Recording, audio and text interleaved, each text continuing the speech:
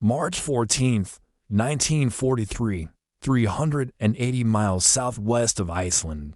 A sonar operator aboard HMS Starling calls out, his hands shaking, contact bearing to 70. 3 German U-boats. Hunting as a pack, Commander Frederick Walker watches his officers mark the positions when a lookout shouts, "Sir, objects in the water, food scraps, bread, vegetable peelings. They're fresh." Walker knows this is wrong. No U-boat commander would dump garbage while being hunted. It's tactical suicide. Unless it wasn't waste at all. The U-boats had stopped moving, waiting for the British ships to chase phantoms while they lined up their torpedoes. What Walker was about to discover, and what one cook halfway across the world had already figured out, would revolutionize submarine warfare. By March 1943, the Battle of the Atlantic had reached a breaking point. German U-boats were sinking the Allied ships faster than they could be built. In just 3 months, 108 ships were obliterated. At this rate, Britain would be starved into surrender within 18 months.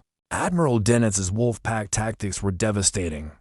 For every German submarine destroyed, 20 Allied vessels went down. British escorts faced an impossible problem: sonar could track a U-boat, but by the time a ship passed overhead to drop depth charges, it lost contact. The submarine would vanish, leaving crews to watch men burn alive in the water. The breakthrough came from an unlikely source: the USS Barb in the Pacific. Torpedoman's mate First Class Armin Wisser was on galley duty as punishment for gambling. Wisser noticed something strange every time he dumped food waste overboard. Enemy escorts would alter their course within 20 minutes, as if they were reading the debris like breadcrumbs. On March 9th, he told his captain, Eugene Flucky, "Captain, I think they're tracking our garbage." Flucky ordered an experiment. For 3 days, they dumped garbage at precise intervals and watched. The results were startling. Floating debris created a visible trail from the air. Bread scraps stayed afloat for 40 minutes. Vegetable peelings showed the submarine's heading and speed. Flucky realized if garbage could reveal their position, then garbage could also deceive. On March 19th, the Barb encountered a Japanese convoy. Wisser dumped 40 pounds of food waste, creating a trail pointing away from their actual position. The submarine dove and turned 180 degrees. The Japanese destroyer spotted the garbage and turned toward it, just as predicted, and began depth charging empty ocean.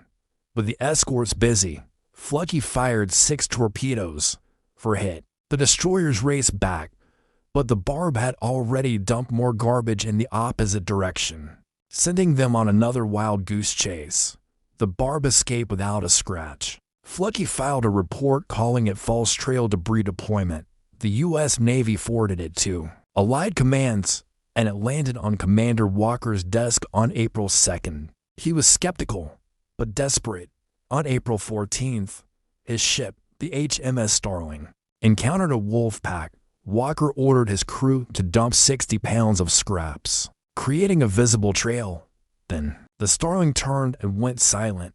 The U-boat commander saw the debris through his periscope. His war diary recorded, "Destroyer visible. Food waste indicates extended pursuit." He dove deep, believing he was safe. He was wrong. Another British ship, the HMS Wren, fired a spread of Hedgehog mortars. The submarine broke apart. The other 2 U-boats, hearing the explosions, dove even deeper, becoming slow, helpless targets. Walker's ships boxed them in with depth charges. 3 submarines were destroyed in 74 minutes. The convoy passed through, untouched. The tactic, now official, transformed the Battle of the Atlantic overnight. In May, Allied forces destroyed 41 U-boats, a new record. Admiral Dennitz called it Black May and pulled his submarines from the North Atlantic. The hunters had become the hunted. Armin Wisser, the cook, never received a medal, but his captain later wrote that the most significant innovation of the war came from an enlisted man who was supposed to be frying eggs. Commander Walker, whose tactics saved thousands of lives, collapsed and died from exhaustion after 34 straight months at sea.